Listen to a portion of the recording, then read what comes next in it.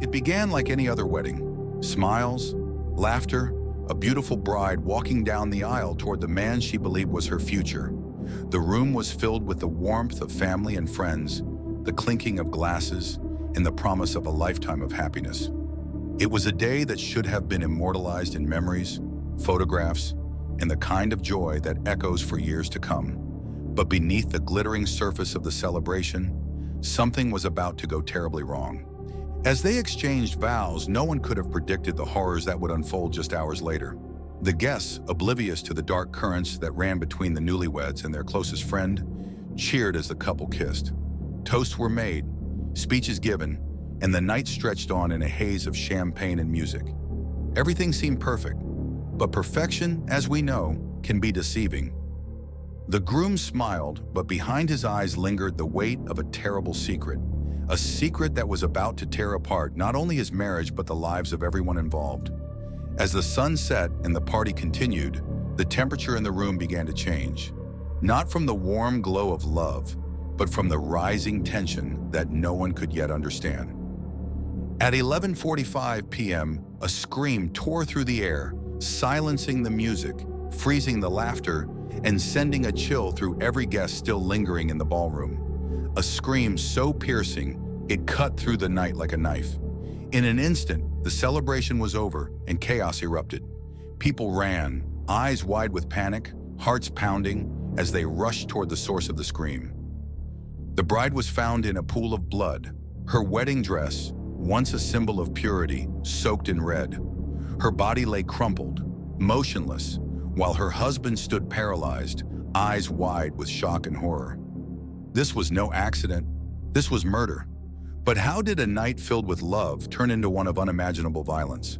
In the hours that followed, the story of the wedding unraveled. The groom, who had spent the evening celebrating with the woman he had just vowed to spend his life with, now stood accused of betraying her in ways that no one had seen coming, accused of harboring a secret so destructive, it had turned their wedding night into a crime scene. But here's the twist. He wasn't alone in this betrayal. The best man, the groom's most trusted confidant, the one who stood next to him at the altar, had played a role no one could have foreseen.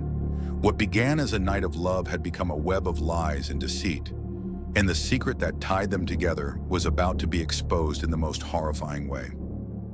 This isn't just another love triangle gone wrong. This is something darker, something far more deadly, a betrayal that would shock everyone who knew them, and a murder that would leave the police and the public grasping for answers. Stay with us, because before this video ends, we'll uncover the chilling truth behind this gruesome crime. A truth that will make you question everything you think you know about trust, loyalty, and the dangerous secrets people carry with them. By the time the night was over, one thing was clear. The wedding may have ended, but the nightmare was just beginning. Welcome back to Echoes of Crime, where the past speaks and the truth demands to be heard. I'm honored to have you here as we delve into another gripping case. To my returning subscribers, thank you for your unwavering support. It means the world to me. If you're new here, don't forget to hit that subscribe button and turn on notifications so you'll never miss a story. Now let's dive in and uncover the echoes that refuse to be silenced. Emily and Daniel were the kind of couple everyone rooted for. Emily was a second-grade teacher with a love for art and gardening, the type of person who left an impression with her kindness. Her friends described her as nurturing, the one you could count on to remember your birthday or show up when you needed her most. Daniel, on the other hand, was magnetic, a self-made entrepreneur with a thriving business in the tech industry. He was ambitious, charming, and always seemed to know how to captivate a room. Together, they seemed like the perfect balance. Emily's grounded warmth complementing Daniel's larger-than-life energy. From the outside, their relationship was the kind most people envied. Their love story began 3 years earlier at a charity gala. Emily had been volunteering as a host, her quiet charm immediately catching Daniel's attention. He was one of the keynote speakers that night, and though he spent much of the evening surrounded by executives and benefactors, his focus kept drifting to her. By the end of the night, he'd asked for her number. Their connection was instant, and within months, they were inseparable.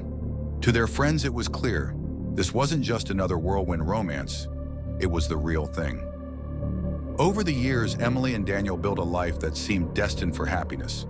Vacations in Europe, dinner parties with friends, and shared dreams of starting a family. It all painted the picture of a perfect future. But as their wedding day approached, there were whispers, small and almost imperceptible, of something just beneath the surface. Friends who had known them for years spoke of subtle changes. Daniel seemed distracted, preoccupied, while Emily grew quieter, more introspective. At the time, these signs were brushed aside, dismissed as wedding jitters. But looking back, they were harbingers of something far disturbing. The day of the wedding arrived, and it was nothing short of breathtaking. The ceremony took place at Greystone Manor, an opulent estate nestled in the rolling countryside. Its sprawling gardens were a riot of color, with roses, lilies, and lavender lining the pathways. Inside, the grand ballroom glittered with crystal chandeliers and gold accents, the tables adorned with delicate floral arrangements. Every detail had been planned to perfection by Emily herself, a reflection of her meticulous nature and her dream of a day that would feel timeless. As the guests began to arrive, there was an undeniable sense of joy in the air. Friends and family, dressed in their finest, gathered in clusters, exchanging hugs and laughter.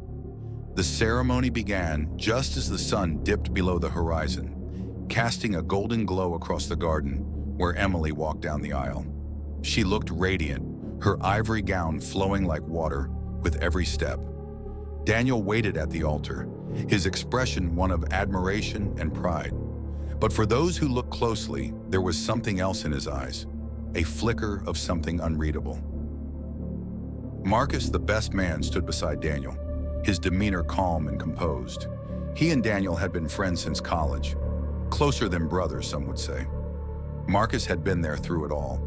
Daniel's struggles, his triumphs, and now, his wedding day.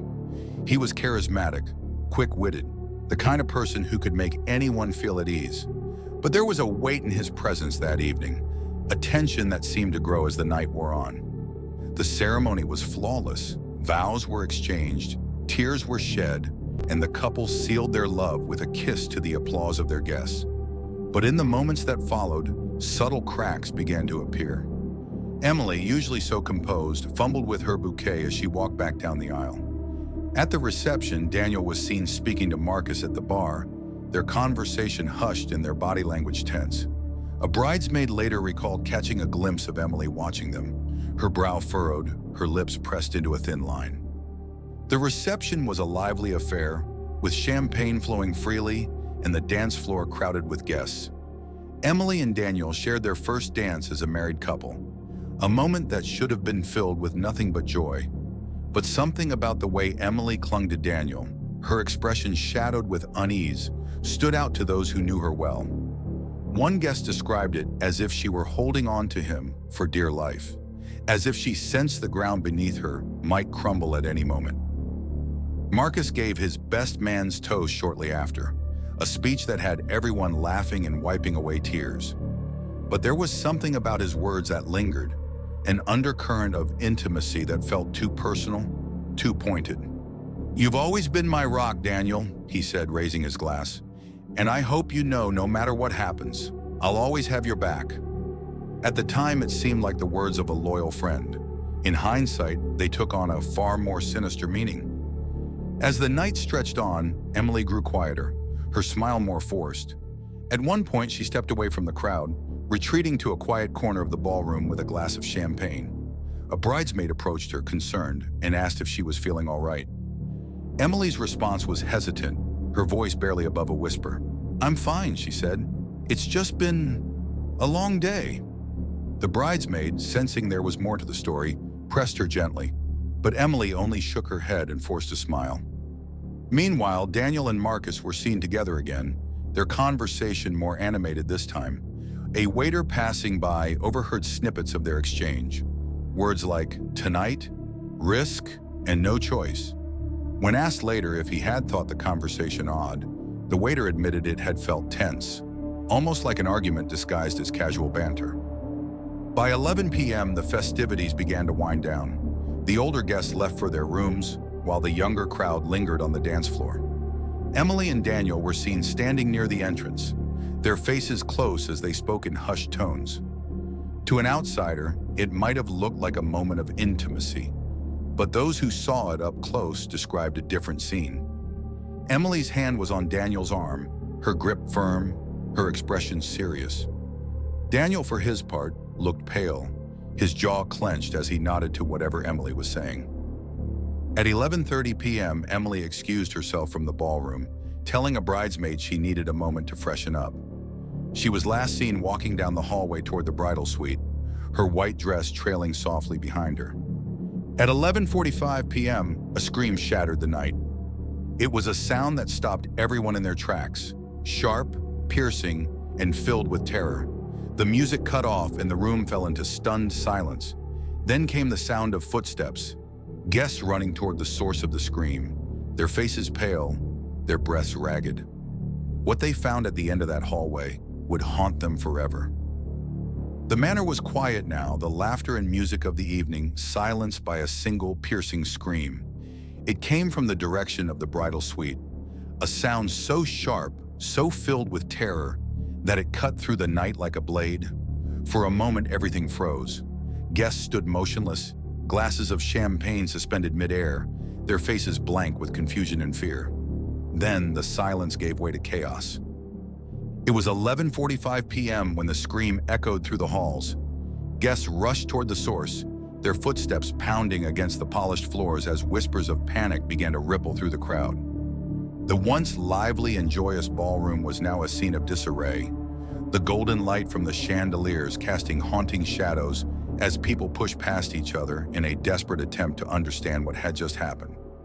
The hallway leading to the bridal suite was dimly lit, a sharp contrast to the opulence of the main hall. The air was cold, almost unnaturally so, and there was an eerie stillness that seemed to pull the breath from anyone who entered. At the end of the hallway, they found her. Emily lay at the foot of the grand staircase, her white wedding dress a stark and horrifying canvas for the blood that pooled around her. Her head rested at an unnatural angle, her arms splayed awkwardly. The once delicate lace veil had been ripped from her hair and now lay tangled beneath her. Her hand was clenched tightly around a small piece of torn fabric, stained with blood, a fragment of someone else's clothing. The guests who reached her first stopped in their tracks, their faces contorted with shock and disbelief. One woman, a close friend of Emily's, let out a strangled cry before collapsing to her knees. Others turned away, unable to process the sight before them. A waiter dropped the tray he was holding, the clatter of broken glass echoing through the hallway as he backed away, his hands trembling. The scent of copper filled the air, heavy and suffocating. The soft hum of voices that had filled the manor just moments ago was replaced by frantic whispers and muffled sobs. In the center of it all, Daniel stood frozen. His face was pale, his eyes wide and unblinking as they stared at Emily's lifeless body. His hands, stained with blood, hung limply at his sides, and his lips moved soundlessly, as though he were trying to speak but couldn't find the words. It was Marcus, the best man, who broke the paralysis. He pushed through the crowd and dropped to his knees beside Emily, his hands shaking as he reached out to check for a pulse. "Call an ambulance!" he shouted, his voice breaking with panic. His movements were frantic, almost desperate, as though he were trying to will her back to life. He leaned closer, whispering something no one could hear, his face a mixture of fear and anguish. But there was something about his actions that didn't sit right. Witnesses later recalled how his eyes darted between Emily's body and Daniel, as though he were waiting for a cue, a signal of some kind. His hands lingered too long on the torn fabric in Emily's hand, his fingers brushing it away before anyone else could notice. When the ambulance arrived minutes later, Marcus was the one who guided the paramedics to Emily, his voice steady despite the chaos around him. The reactions of the guests were a mix of hysteria and disbelief. Some screamed, their voices raw with shock, while others stood silently, their hands covering their mouths as tears streamed down their faces. A few tried to shield the younger children who had been part of the wedding party, ushering them away from the scene before they could fully understand what had happened. One elderly woman clutched her chest and whispered a prayer, her voice trembling as she begged for this to be some kind of terrible mistake. A bridesmaid fainted, collapsing into the arms of a groomsman who was too stunned to move. The air in the hallway felt thick, heavy with fear, and the unspoken question that hung over everyone. How could this have happened? The flashing lights of police cars quickly illuminated the manor's grand exterior. Officers moved in, securing the scene and instructing everyone to remain in the ballroom. Detective Claire Jensen, a seasoned investigator known for her sharp instincts, arrived shortly after. Jensen took one look at the scene and knew this was no accident. The blood spatter on the walls, the torn fabric in Emily's hand, the faint bruise around her wrist. It all told a story, though one that wasn't yet complete. She ordered the bridal suite and the surrounding areas to be cordoned off, her team moving swiftly to collect evidence. The guests now gathered in the ballroom were subdued, their earlier celebration replaced by an oppressive silence. Some wept quietly, others whispered to each other, their eyes darting toward Daniel and Marcus.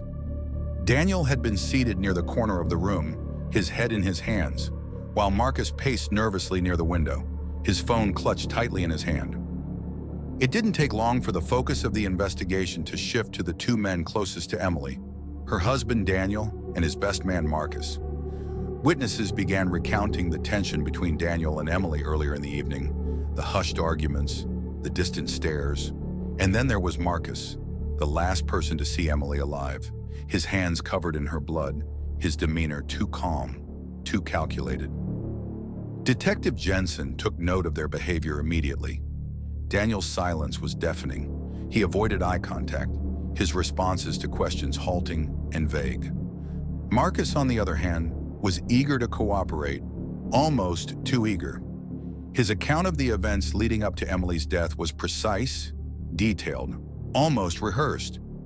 And then there was the torn fabric in Emily's hand, the key piece of evidence that would soon unravel the web of secrets surrounding this tragic night. But for now, it was a puzzle piece with no clear picture, leaving everyone to wonder what really happened in that hallway, and who was responsible for turning a night of love into a scene of horror. The questions were only beginning, and the answers would prove far more shocking than anyone could have imagined. What had led to Emily's death? What role did Daniel's secrets play? And why was Marcus so deeply entwined in the tragedy? As the investigation unfolded, the truth would reveal a betrayal so profound it would change everything. Stay with us as we piece together the chilling events of that night, uncovering the lies, the deceit, and the devastating consequences of a secret that refused to stay buried. As dawn broke over Greystone Manor, the air hung heavy with the weight of what had transpired. The sprawling estate, once alive with celebration, now felt hollow, its grandeur overshadowed by the tragedy that had unfolded within its walls. For Detective Claire Jensen and her team, the task ahead was clear: uncover the truth buried beneath the lies, secrets, and shattered lives left in the wake of Emily's death. From the moment they stepped onto the scene, it was clear to Jensen that this was no ordinary case. The evidence told a story, one of struggle, betrayal, and calculated deception. But to piece it together, they needed answers, and the suspects weren't going to give them willingly. The investigation began methodically, with officers canvassing the estate and collecting statements from guests. Every detail mattered, no matter how small. Jensen instructed her team to document everything: the overturned furniture in the bridal suite, the blood trail leading to the hallway, the faint smear of a handprint on the mirror. Each piece of evidence was a thread in a tapestry of violence and deceit that they needed to unravel.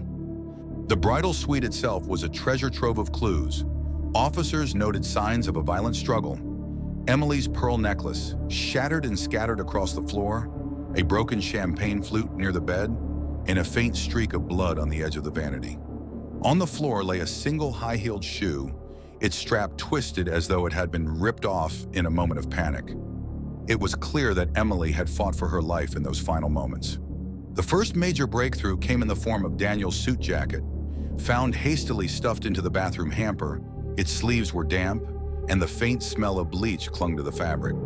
But it wasn't enough to mask the dark, incriminating stains that had soaked into the material. The discovery sent a ripple through the investigation. Why would the groom's jacket, stained with the victim's blood, be discarded so carelessly? And why had Daniel not mentioned it in his initial statement? When confronted with the evidence, Daniel's response was hesitant and halting. He claimed he had spilled wine on the jacket earlier in the evening and had left it in the suite to change into another. But Jensen wasn't convinced.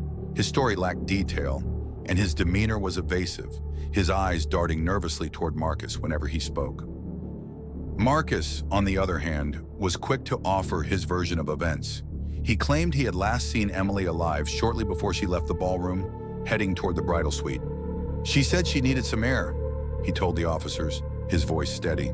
But witnesses began to paint a different picture, one that placed Marcus in close proximity to Emily in the moments before her death.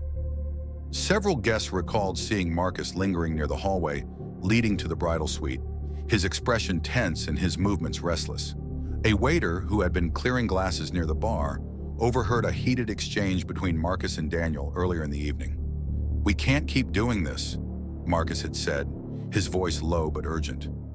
Daniel's response was sharp, "We'll talk later." The exchange, while brief, hinted at a rift between the two men, one that seemed to center on Emily. The investigation took a darker turn when officers obtained access to Daniel's phone. Among the congratulatory messages and photos shared by friends, one text stood out.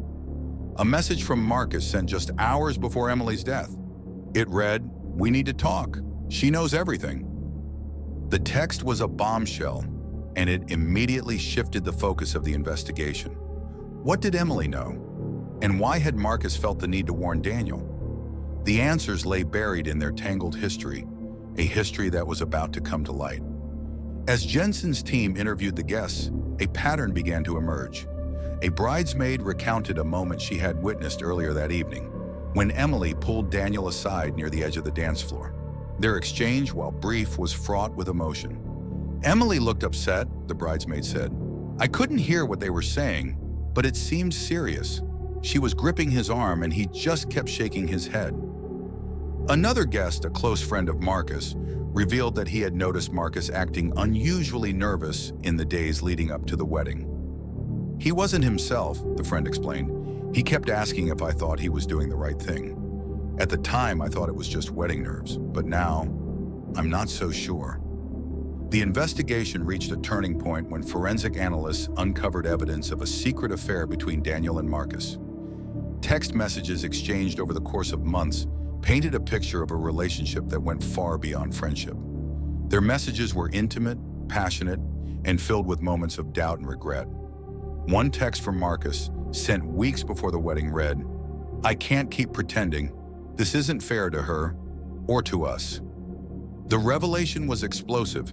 It explained the tension between the two men and provided a motive for the escalating conflict that had culminated in Emily's death. But it also raised more questions.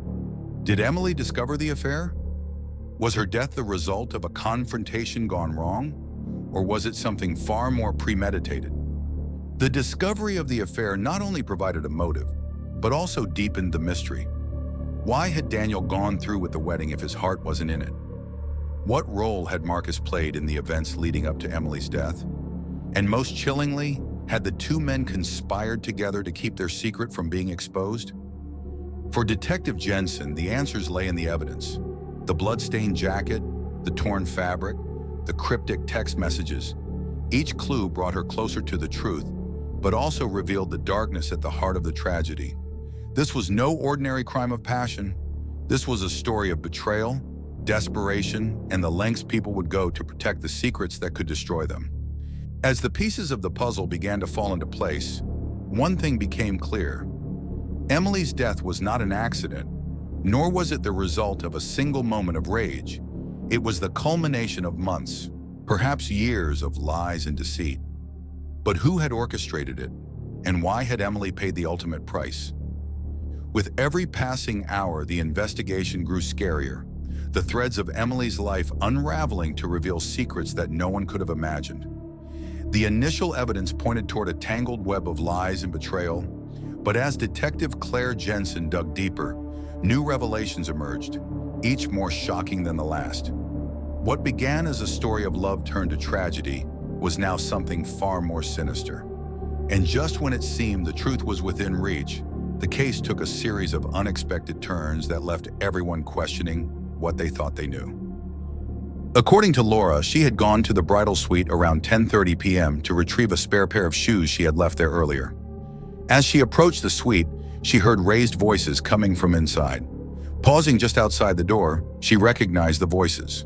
One was Emily's, trembling with anger, and the other was Marcus's, sharp and defensive. "I know what you're hiding," Emily had said, her voice breaking. "You think I wouldn't find out? You've been lying to me, both of you." Laura recalled hearing a crash, as though something had been knocked over, followed by Marcus's voice, low and urgent. "Emily, calm down. Let's talk about this." But Emily's response was anything but calm. "Stay away from me," she had shouted. "I'll tell everyone." Terrified, Laura had backed away from the door and returned to the ballroom, too shaken to tell anyone what she had heard. Now sitting across from Detective Jensen, she recounted the conversation in painstaking detail. Her testimony painted a chilling picture of Emily's final hours, a confrontation fueled by anger, betrayal, and desperation. But it also raised new questions. What had Marcus been hiding, and why had Emily been so determined to expose it? While Laura's testimony cast suspicion on Marcus, forensic evidence uncovered around the same time delivered a devastating blow to Daniel's alibi. In his initial statement, Daniel claimed he had been in the ballroom with guests during the time of Emily's death, but the evidence told a different story. Investigators examining the crime scene discovered a partial fingerprint on the vanity in the bridal suite. The print, faint but distinct, was a match for Daniel. Its location, a smudge near the blood streak on the vanity, placed him in the room at some point during the fatal struggle. The discovery directly contradicted his claim that he had not left the reception area all evening. When confronted with the evidence, Daniel's demeanor shifted. His calm facade cracked, and his responses grew erratic. "I don't remember going to the suite," he stammered. I might have stopped by earlier, but it wasn't during the fight." Jensen pressed him further, but Daniel offered no concrete explanation, only digging himself deeper into a web of contradictions. The fingerprint wasn't the only damning piece of evidence. A small blood stain was found on the cuff of Daniel's shirt, hidden beneath the folds of his jacket. While he had claimed the blood came from trying to help Emily after she was found, forensic analysis showed that the stain was older. It had been there before her body was discovered. The stain placed him at the scene, potentially during the fatal moment itself.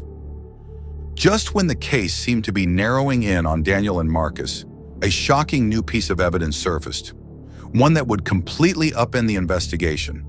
A member of the groom's family, rummaging through belongings left in the bridal suite, stumbled upon a small, inconspicuous USB drive tucked into the pocket of Emily's handbag. Curious, they handed it over to the police. What the drive contained was nothing short of chilling. It was a video recorded on Emily's phone just hours before her death. In the grainy footage, Emily appeared visibly shaken, her voice trembling as she addressed the camera. "If you're watching this," she began, "it means something has happened to me, and you need to know the truth." Emily went on to detail the affair between Daniel and Marcus, her discovery of their secret, and the confrontation that had followed. But what shocked investigators most was her final revelation. She believed a third person was involved, someone she referred to only as the enabler. "They've been protecting each other," she said, "but I won't let them get away with this." The video ended abruptly, Emily's face frozen in an expression of fear as she glanced toward the door, as though she had heard something or someone approaching. For Detective Jensen, the implications were staggering. Who was the enabler Emily had mentioned, and how far had they gone to ensure the secrets she uncovered would remain buried? The confession video turned the case on its head, introducing a new layer of complexity that no one had anticipated. If Emily's claims were true, the murder wasn't just a crime of passion. It was part of a larger conspiracy, one that involved not only Daniel and Marcus, but an unidentified third party. But who was this person? And what role had they played in Emily's death? As the investigation pressed forward, tensions reached a boiling point. Daniel and Marcus, once united by their secrets, began to fracture under the weight of suspicion. In separate interrogations, both men pointed fingers at each other, their stories diverging in ways that only deepened the mystery. For Detective Jensen, the task ahead was monumental. With each revelation, the lines between victim and perpetrator blurred, leaving only one certainty. The truth was far more twisted than anyone could have imagined. As the twists and revelations unfolded, the case became a labyrinth of lies, deceit, and betrayal.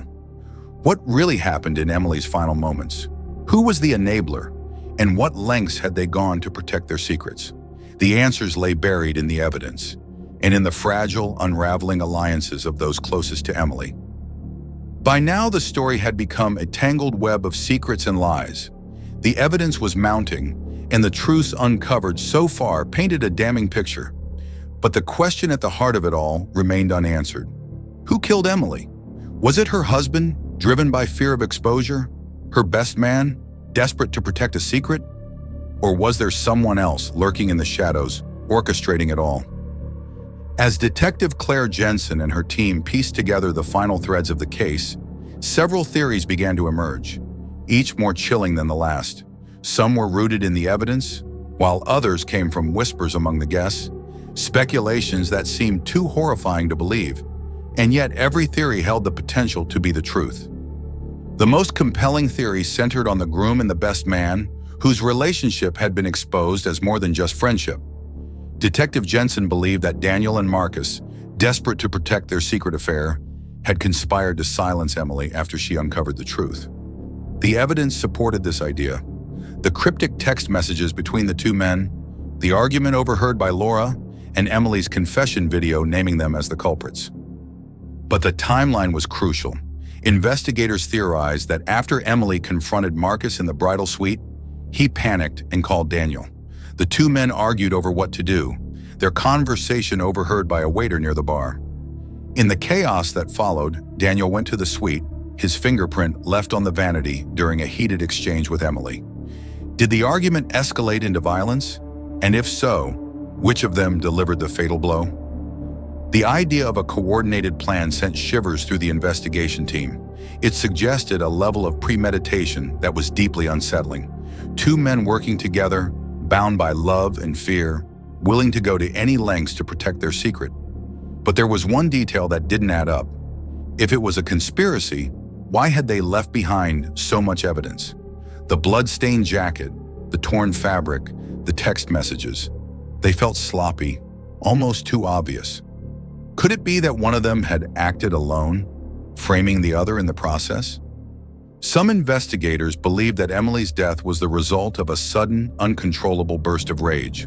The revelation of the affair, combined with the pressure of the wedding, could have driven Daniel to lash out in a moment of fury. This theory was supported by his erratic behavior during the investigation, his shifting alibis, and the evidence placing him in the suite. But if Daniel had acted alone, what role did Marcus play? Was he an accomplice after the fact, helping Daniel cover up the crime? Or had he been in the dark, unaware of the violence until it was too late? Witnesses described Marcus as visibly shaken in the hours after Emily's death, his usual composure replaced by a nervous energy that raised suspicions but didn't provide concrete answers. Another theory suggested that Marcus, consumed by jealousy, had acted alone. His relationship with Daniel was clearly deeper than friendship, but their bond had been threatened by Emily's presence. The wedding represented a permanent shift in their dynamic, Daniel moving on, leaving Marcus behind. Could Marcus have snapped, unable to bear the thought of losing the man he loved? Witness accounts painted a picture of Marcus as both protective and possessive. His toast during the reception, while heartfelt, carried undertones of longing and resentment. And then there was the argument in the bridal suite. If Marcus had confronted Emily in a desperate attempt to stop her from revealing the affair, had things spiraled out of control? The torn fabric in Emily's hand pointed to a struggle, and Marcus's jacket bore the telltale rip. But without a confession, this theory remained speculative.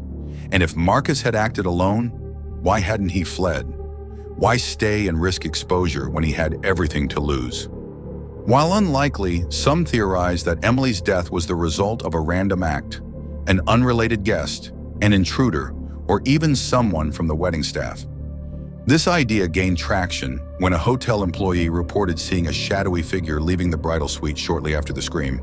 The figure, described as tall and dressed in dark clothing, didn't match the descriptions of Daniel or Marcus. Could it have been someone seeking revenge against Daniel for a past slight? Or a stranger who saw an opportunity to exploit the chaos of the wedding? The confession video seemed to contradict this theory, but it couldn't be entirely ruled out. After all, the enabler Emily mentioned had yet to be identified. Was this shadowy figure the missing piece of the puzzle? At this point, the evidence leaves us with more questions than answers. What do you think? Was the best man acting out of jealousy, desperate to protect his secret? Was the groom consumed by rage, unable to control himself in the heat of the moment? Or could there be a third party, a shadowy figure lurking just out of sight, who orchestrated the entire tragedy? Let us know your thoughts in the comments below. Which theory makes the most sense to you?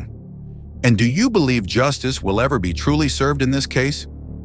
As the theories swirled, experts weighed in, each offering a unique perspective on the case. A forensic psychologist suggested that the relationship between Daniel and Marcus was key to understanding the crime. Their bond was built on secrecy and fear, she explained. When that foundation was threatened, the result was inevitable, a violent attempt to silence the truth. Criminal profilers, meanwhile, focused on the psychological dynamics between the three main players. Emily, determined and unyielding, had confronted the men at the heart of the betrayal. Marcus, emotionally volatile, had the most to lose if the secret came out. And Daniel, torn between love and obligation, had become the linchpin of a deadly triangle. But who had the motive to kill, and who had the opportunity? As investigators pursued these theories, one question loomed larger than any other. Who was the enabler Emily mentioned in her confession video? Was it Marcus, protecting his lover at all costs? Was it Daniel, orchestrating a plan to eliminate the woman who threatened his double life? Or was it someone else entirely, someone no one had suspected? The answers lay just beyond the reach of certainty, buried in the fragments of evidence and the shadows of human emotion. As the case moved closer to its shocking conclusion, one thing became clear: the truth would be as devastating as the crime itself. Theories alone weren't enough. To uncover the truth, Detective Jensen needed hard evidence, a smoking gun that would tie the killer to the crime once and for all. And what she would find next would shake the case to its core, revealing the identity of the enabler and exposing a betrayal so profound it would leave everyone reeling. The night of Emily's death marked the beginning of a tragedy that would ripple far beyond the walls of Greystone Manor. What had started as a joyous celebration of love had ended in betrayal, violence, and unimaginable loss. But for Emily's family and friends, the horror didn't end there.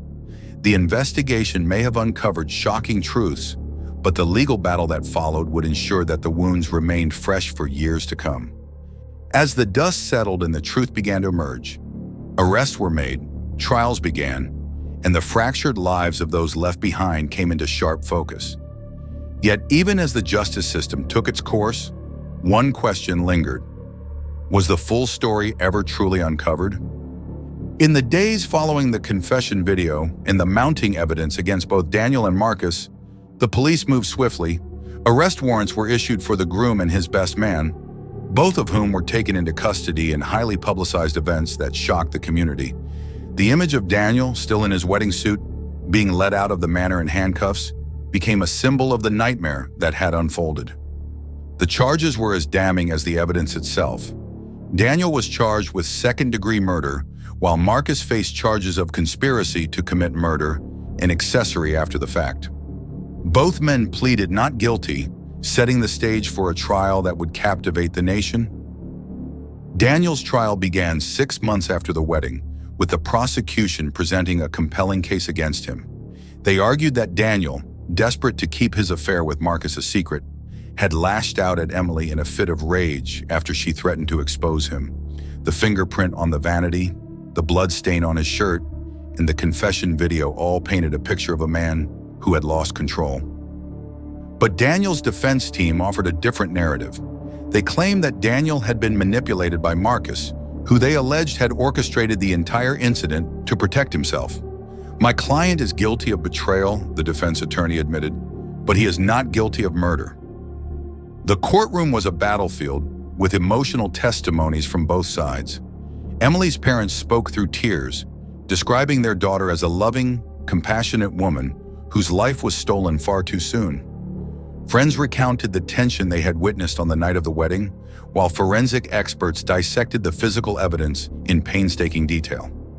The jury deliberated for 3 days before reaching a verdict: guilty. Daniel was sentenced to 25 years in prison without the possibility of parole, a sentence that many felt was just but did little to ease the pain of Emily's loss. Marcus's trial, held separately, was equally dramatic but far more complex. The prosecution painted him as the mastermind behind the crime, arguing that he had manipulated Daniel into committing murder to protect their secret. They pointed to his calm demeanor on the night of the wedding, the torn fabric in Emily's hand, and the text messages that suggested he had been actively planning to silence her. Marcus, however, maintained his innocence. His defense argued that he had been a victim of circumstance, caught in a web of lies that had spiraled out of his control. They presented character witnesses who described Marcus as a loyal friend, incapable of the violence he was accused of. "I didn't kill her," Marcus told the jury during his tearful testimony. "I tried to save her." But the evidence against him was overwhelming. The jury found Marcus guilty of conspiracy and accessory charges, sentencing him to 15 years in prison. His conviction marked the end of a legal saga that had gripped the nation, but for those closest to Emily, it was only the beginning of their healing process. For Emily's family, the verdicts brought a sense of closure, but not peace. Her parents, devastated by the loss of their daughter, spoke out publicly, calling for reforms to protect victims of domestic violence and betrayal. "We will never get Emily back," her mother said during a press conference, "but we can honor her memory by ensuring that no one else has to suffer as she did." The groom's family, on the other hand, faced a different kind of pain. Once respected members of the community, they became pariahs, their family name forever associated with the tragedy. Some members of Daniel's family stood by him, insisting on his innocence even after the conviction. Others distanced themselves, unable to reconcile the man they knew with the crimes he had committed. Marcus's family remained largely silent, avoiding the media and retreating from public life. Friends who had once celebrated his charisma and charm now described him as a cautionary tale, a man undone by his own secrets and desires. Despite the convictions, many questions about the case remained unanswered. Chief among them was the identity of the enabler Emily had mentioned in her confession video. Was it Daniel or Marcus, as investigators initially believed? Or was there truly a third person, someone who had helped orchestrate the crime from the shadows? Some theorized that the enabler was a member of the wedding staff, someone who had overheard Emily's confrontation with Marcus and taken advantage of the chaos to commit the murder. Others believed it was a guest, an old acquaintance of Daniel or Marcus, who had their own reasons for wanting Emily silenced. There were also inconsistencies in the timeline that continued to puzzle investigators. The shadowy figure seen leaving the bridal suite shortly after Emily's death was never identified. And while the evidence against Daniel and Marcus was strong, it didn't fully explain the brutal nature of the crime. Could there have been another motive, one that had yet to be uncovered? For those left behind, the aftermath of Emily's death was a haunting reminder of how quickly love can turn to betrayal and trust to tragedy. The legal proceedings had answered some questions, but the lingering mysteries ensured that the case would remain a source of fascination and fear for years to come. As we look back on this chilling story, we are left with one final question. Can justice ever truly be served in a case like this? Or will the secrets that led to Emily's death remain buried, hidden in the hearts of those who knew her best? The story of Emily, Daniel, and Marcus is one of love, betrayal, and devastating consequences. But it is also a story of unanswered questions, the kind that keep us awake at night, wondering how well we truly know the people closest to us. Join us next time as we explore another case of shocking deceit and unimaginable loss. Until then, stay safe and remember, some secrets are worth dying for, but others are worth killing for. The story of Emily, Daniel, and Marcus is one that will be remembered not for the love it began with, but for the betrayal and tragedy it left in its wake. What should have been a day of joy and celebration instead became a cautionary tale of how secrets, when left to fester, can unravel lives and destroy trust in an instant. As we look back on this case, it is impossible not to feel the weight of what was lost. Emily was a woman full of life, love, and hope for the future. She walked down the aisle believing she was beginning her happily ever after, only to have it stolen from her by the very people she trusted most. Her death was not just a tragedy, it was a stark reminder of the darkness that can hide behind even the brightest smiles. This case leaves us with more than just answers. It leaves us with questions about the human condition, the choices we make, and the consequences they carry. Was Daniel a man pushed to the brink by circumstances beyond his control? Was Marcus the manipulative mastermind many believed him to be? Or was the truth somewhere in between, a tangled web of fear, betrayal, and desperation? And then there is Emily herself, a woman who fought to uncover the truth, even at the cost of her own life. Her courage in confronting those who betrayed her is both inspiring and heartbreaking. But her story is also a reminder of the fragility of trust and the devastating impact of secrets kept for too long. So, what do you think? Do you believe justice was truly served in this case? Or are there still shadows left unexplored, truths left untold? Could the mysterious enabler Emily mentioned in her confession video still be out there, free from the consequences of their actions? Let us know your thoughts in the comments below. Your theories and insights could shed new light on a story that continues to haunt us all. And if this case has left you with lingering questions, you're not alone. Stories like Emily's remind us of the complexity of human nature and the lengths people will go to protect their secrets. It's a story we'll carry with us, a reminder that the answers are rarely as simple as they seem. If you thought this case was shocking, wait until you hear about the bride who disappeared during her own vows. Her story, filled with chilling twists and eerie clues, will leave you questioning the boundaries of love and the shadows it can conceal. Subscribe and turn on notifications because you won't want to miss what's coming next.